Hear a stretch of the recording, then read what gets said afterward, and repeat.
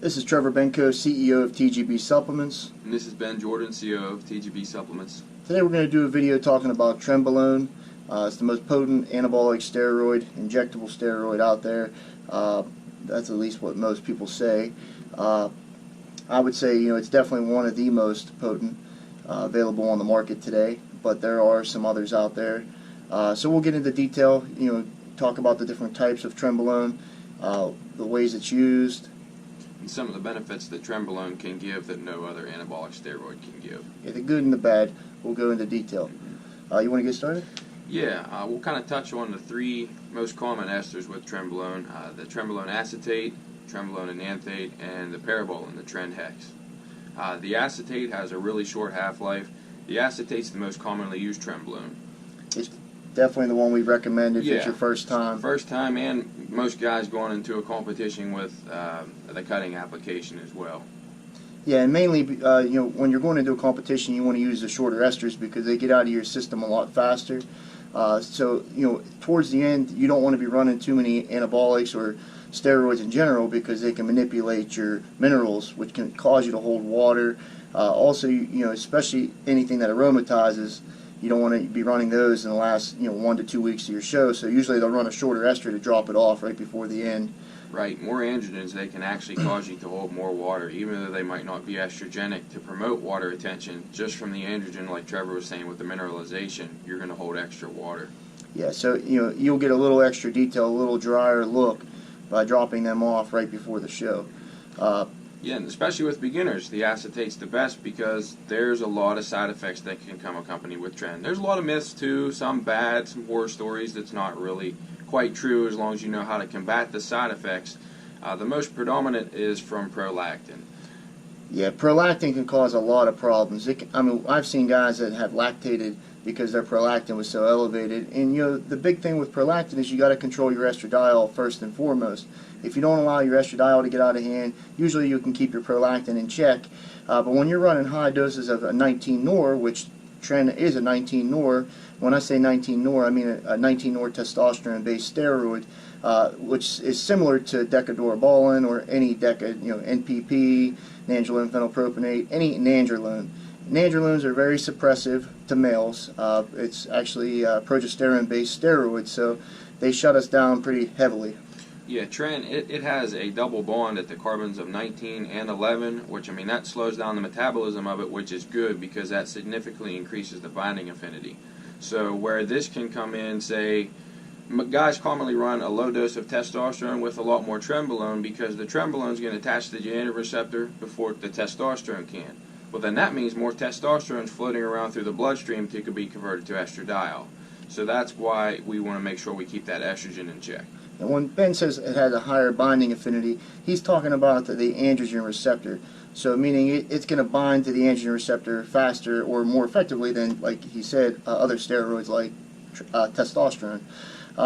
Also, just going back real quick, like we said, Tren is not for beginners, and we see guys using Tren on their first cycle nowadays. Guys, like he was saying, it's almost like a mythical status where guys think Trenbolone is some magical drug that you're going to take it and it's going to just change everything, and you're going to become a professional bodybuilder, all this crazy stuff, and it's just not the case. The one thing you will have is side effects, especially if you're a new user and not ready for or prepared for what can happen with a Tren cycle.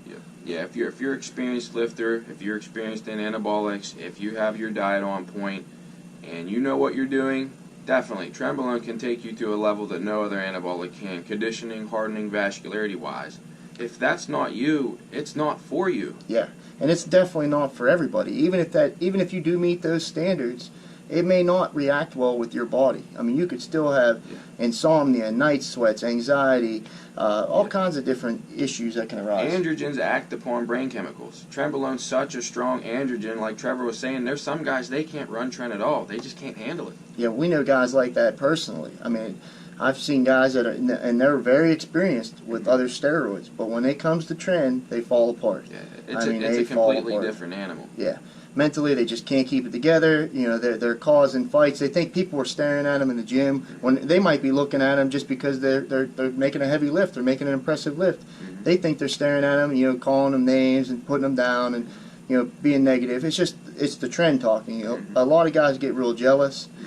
They get jealous with their girlfriends. They think they're cheating. They think they're looking at other guys. I mean, all kinds of crazy stuff. So it's definitely not for everybody, but it's definitely not for beginners. That's what we're trying to say. If you're a beginner, you have no business running trend. I mean, you should have at least, I would say, 7 cycles under your belt. And when I say that, if you're running steroids, you should be trying steroids one at a time. First your base with testosterone, then maybe add another milder anabolic to testosterone because you know what testosterone is going to do to your body. You don't add trend. I mean, that's just not, you don't do that. Yeah, you first want to learn how to combat estradiol from your aromatase compounds, say testosterone, equipoise, dianabol. Then maybe look into a 19-nor like DECA, nandrolone, which doesn't cause as much of a prolactin effect as trend would. Learn how to combat that. Then you could step into a Trenbolone. Yeah, and DECA is actually a longer-acting ester, so you don't have to inject it every day. It's going to stay more stable. It's a lot milder on your body. Then you may want to go to an NPP, nandrolone phenylpropionate. You know how nandrolone acts in your body, so if you didn't have any issues, you may want to go to a shorter-acting where you're going to have to inject more frequently, but you'll get a quicker result, and it gets out of your system faster. Yeah, and that you're going to learn how your body reacts under the influence of 19-nors that promotes prolactin, and how to combat it with something like, say, a black line research prolactrone if you're running a milder dose. If you're running a heavier cycle or a lot of aromatase compounds, you might have to look into a pharmaceutical like Dostanex, cabergoline, or the pramipexole. Yeah, and getting back to trend, trend, the anabolic to androgenic ratio is 500 to 500. So comparing that to like a testosterone is 100 to 100. Now those aren't always accurate. That's just on paper. But it's usually about 3 times as anabolic. I believe that's what they say, right? 3 times as anabolic than testosterone, and it's definitely got a lot more of a hardening effect because it doesn't aromatize. Yeah, and that part comes from it repartitions the nutrients well. Tren was designed for cattle.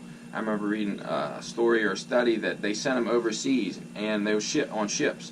They would give them Trenbolone, and they would actually put on weight sometimes without eating for that long period of time, just with what they was given with grain. So it's very, very good for repartitioning the nutrients. That's why it's predominantly used in a cutting application. And that kind of brings up another topic, that's kind of disputable right now with Tren. They used to say that Tren was kind of hard on your cholesterol and hard on your heart, but there are studies being done now because they're looking into Tren as a possible replacement for testosterone for androgen replacement therapy because you can use a much lower dose. Even though it is more androgenic, you can use a lower dose and have a similar effect, and it has less of an effect on the prostate, I believe. Yeah. Because the greater binding affinity for the muscle tissue. Exactly. Well, what they're finding in low to moderate doses is that it can actually have a positive effect on your cholesterol due to the increase in insulin sensitivity, and increase in the IGF-1. The IGF-1.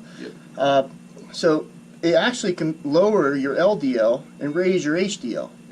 Which is a very positive thing when it's used in a respectable, moderate, low dose.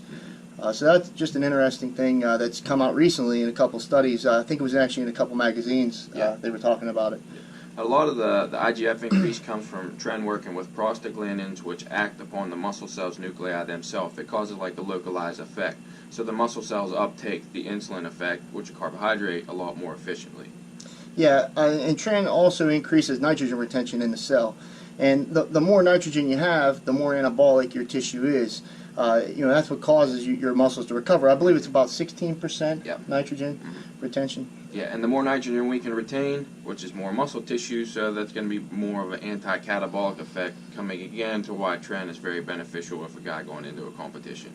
And talking a little bit more about the history of Tren, originally, I guess you could say it was Finaplex, Finajet. These were cattle tablets, pellets. They would be injected into the cattle for a long-acting delivery, and guys would break them down and synthesize them themselves into transdermal formulas and into injectable formulas.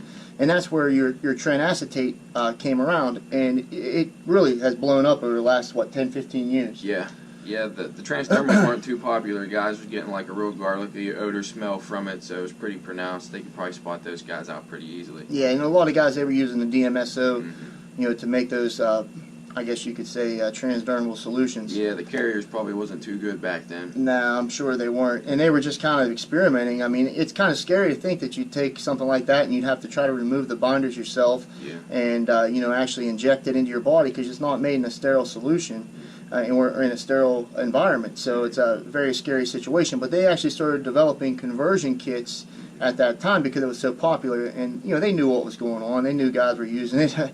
You see a big guy going in to buy a Finajet, you know what's going on. Yeah, from your local Tractor Supply, Royal King. Yeah, and then eventually the government caught on. I believe that they banned that. It's no longer permitted. But another going into a little bit more of the history, Parabolin. Parabolin was actually the first, I guess you could say, human use Trenbolone. Yeah, in France. In France, yeah, and it was a very short period of time. It used to be sold in 1.5 milliliter ampules, I believe. They were about 76.5 milligrams. Yeah, 76.5 milligrams per amp. But one thing about Parabolin, it was kind of a mythical status for a while, but now kind of is. It still is. But nowadays, I mean, I've seen it on the black market. I've known guys that have had it. It's still really rare, but I've seen it myself, and in person and online, of course. I believe there's a manufacturer, Alpha Pharma, from India, that's producing it. Yep.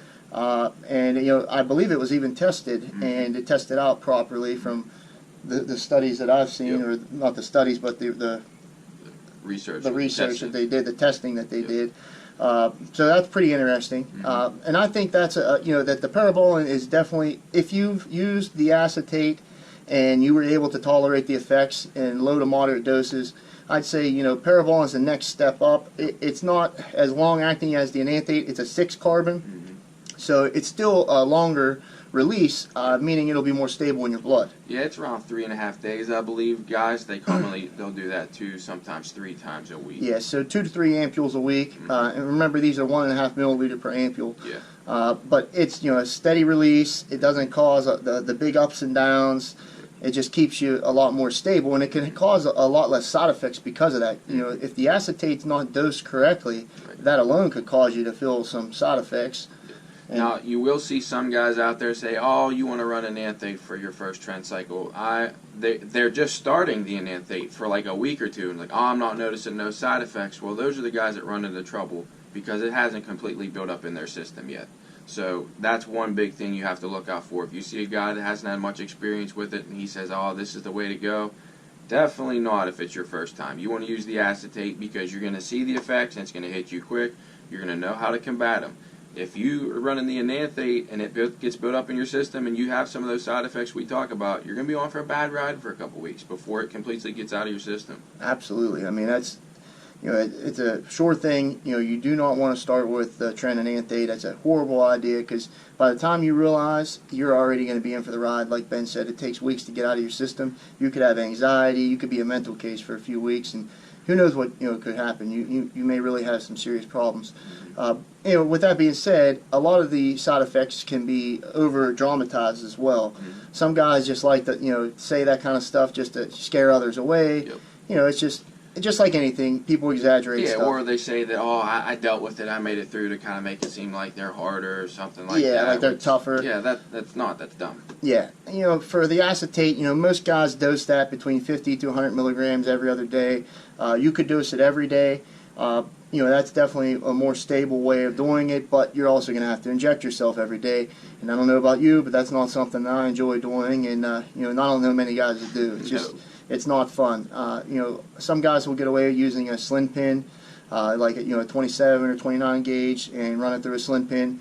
But that's an advanced technique, which maybe one day we'll show you that as well. Yeah. We'll make a video to show you how to do that. Prevent some scar tissue, especially for guys that are injecting a lot more frequently. Yeah, guys that compete, definitely a lot better of an option. It's like Trevor was saying. If you're doing an injection a day, every other day, heck, there's some guys that's doing 2 injections per day. Slim pin's the way to go just because of that scar tissue. It will get built up. Yeah, and before we go any further, this is not medical advice. This is just our opinion. It's for educational research purposes only. So before we get too much into any more in the dosing, I just want to put that out there. So if it was my personal recommendation, I would say start very low. I would run a replacement dose of testosterone if it's your first time, or maybe even less, 150, 200 milligrams. 200 milligrams. Yeah, that should be a good dose, you know. Yep. And then you could run a similar dose of Tren, you know, maybe 100, 150 milligrams, 200 milligrams a week. Yep. Start there, run that for maybe 6 to 8 weeks, see what happens. Yeah, 350 milligrams of Trenbolone acetate would be plenty for 90% of guys. That should be more than enough for the majority of guys out there. Yeah, if you can't grow or get lean on that diet, that's your problem. Yeah, diet is the problem. If that's not enough, then you're either your Tren's not real, which, you know, Possible. it's possible, but, you know, probably unlikely. Which, you know, if you do have any doubt, you know, you can actually use the Royd test out there now from Molecular Nutrition. William Llewellyn, the guy that wrote the Anabolics book, he's put the Royd test out there. Yeah. And we're going to be doing a video, actually. In fact, we may even test the Tren just to you know, put it out there. Yeah, I mean, those things, they're a godsend for a lot of guys, because I know there's a few sites where it was kind of like a pay-for-testing type thing. Since that got taken off, you're kind of taking a shot in the dark, you know what I mean? So you never really know. Yeah, and so at least with this type of testing, it's almost like what the police use with drugs. It'll change a color depending on the compound, so at least you know what you got. And it's really beneficial for women, you know, if they're trying to run something like Trenbolone or Anabolic, just to know whether or not it's real. Yeah. But that's a whole other thing we'll get into on another video. Where are we going with that? With the Tren? I think we was talking about the dosages. Oh, that's right, the dosing. Yep. So, like we were saying, you're running testosterone at like a replacement dose, and you know, run a low dose of your Tren acetate the first time just to see how you respond, and kind of go from there. I personally think that you know, you get better results running your test lower and letting the Tren do the work. Less water retention, more of a hardening effect. Another thing, if you're a guy that's overweight, I don't think that you should be running Tren at all. I mean, if you're overweight and you're using Tren to get lean or to burn fat, I just think that's a bad idea. Right. It comes back to the diet. Yeah. That's their problem. You can't supplement a diet with a drug. No. There's no way to do that, and you know, we see guys that do that all the time, and it frustrates me because they're running more drugs than I would ever, you know, think about running, and they have no business doing it when they're totally out of shape. I mean, it's just frustrating. I was watching a video on YouTube the other day, and a guy was talking about running 700 milligrams of Tren acetate a week, and that's what he normally does. And the guy was like, you know, 250 plus pounds, but it wasn't good weight.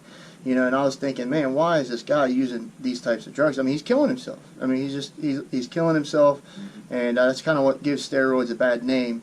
So, you know, just because you hear another guy doing that, it's not cool to run high doses. The more you can get from less, that's what you want. I mean, I'd rather be the guy that responds well to less than a guy that's using large doses to get. I mean, there's guys out there, you know, running these large doses, and they're not even professional bodybuilders. I mean, they can barely win an NPC show, if that.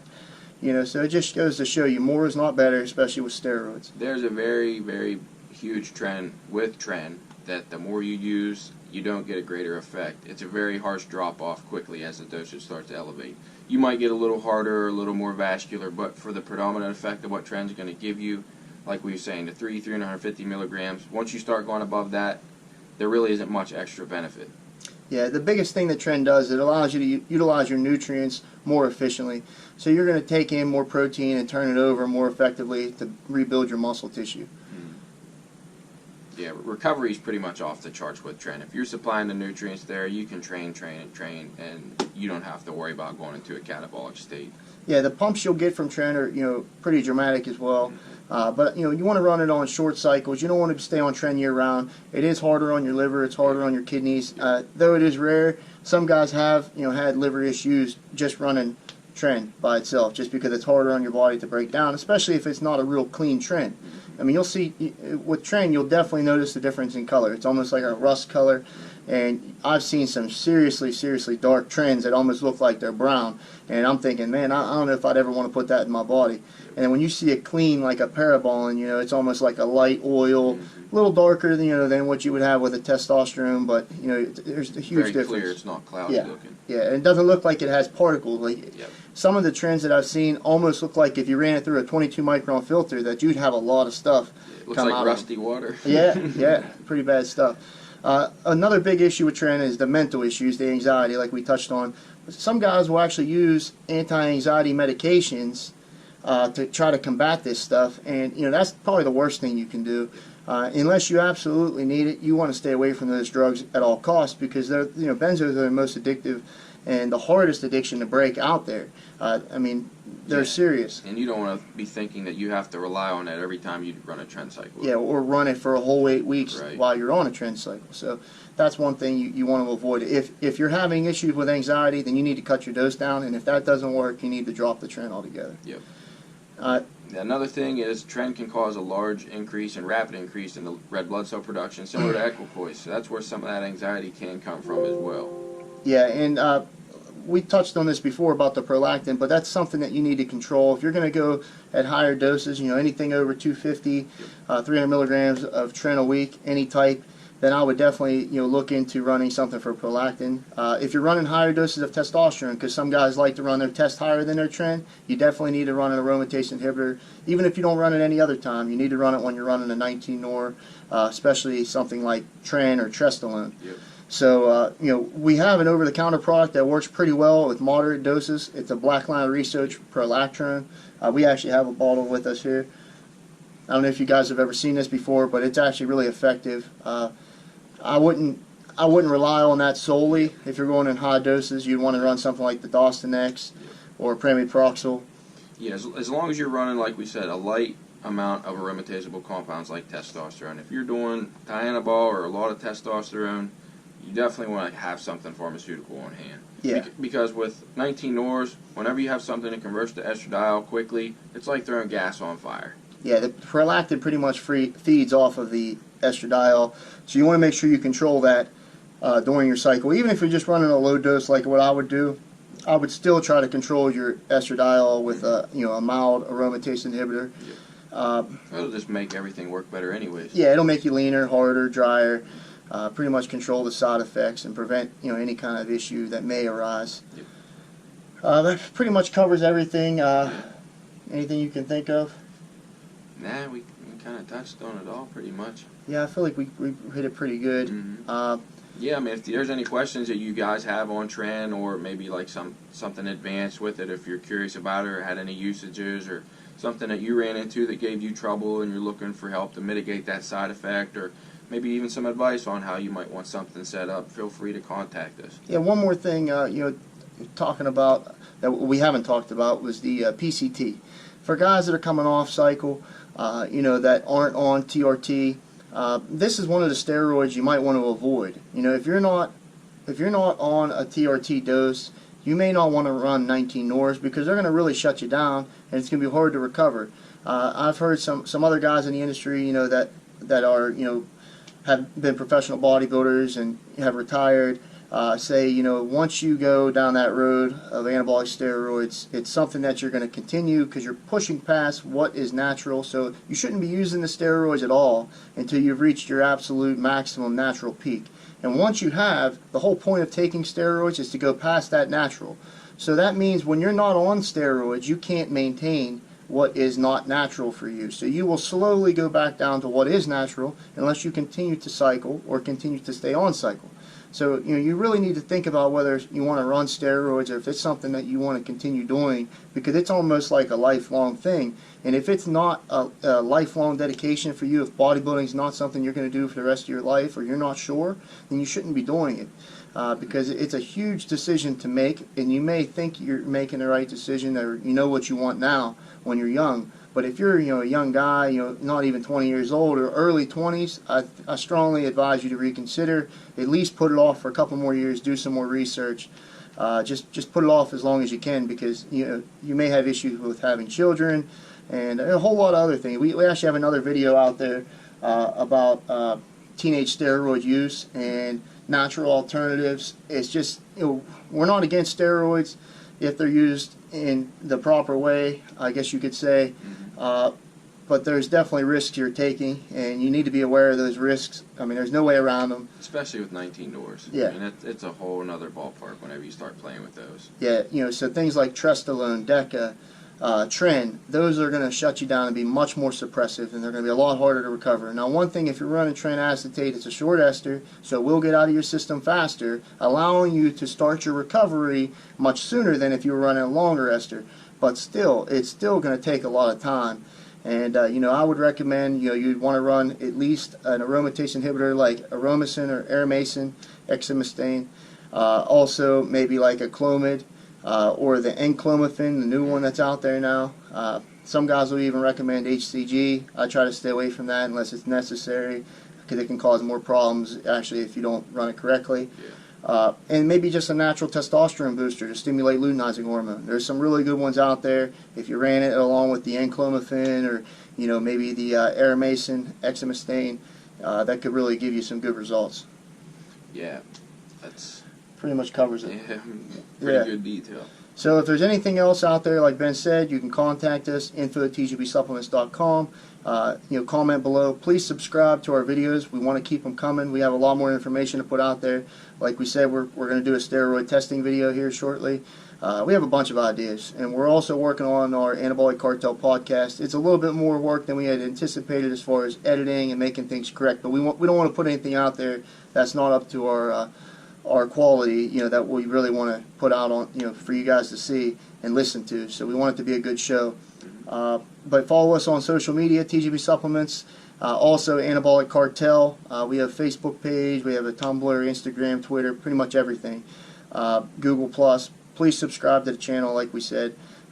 We really enjoy seeing you guys subscribe and participate, sending us messages. It makes us feel like we're actually doing something good and helping people out. So we really appreciate that. Yeah, I mean that's basically what we do daily with our customers and what we're looking to help you guys out with as well. So whenever you're kind of relaying back to us that you appreciate the information and the knowledge, we really like that. Yeah, it makes us feel good, and it makes us want to do more videos.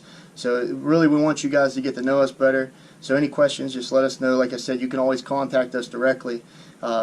Reach out to us, and you will see that one of us will respond directly. So that pretty much covers it. The next video will be coming soon. Until then, I hope you guys enjoyed it. We'll talk to you soon.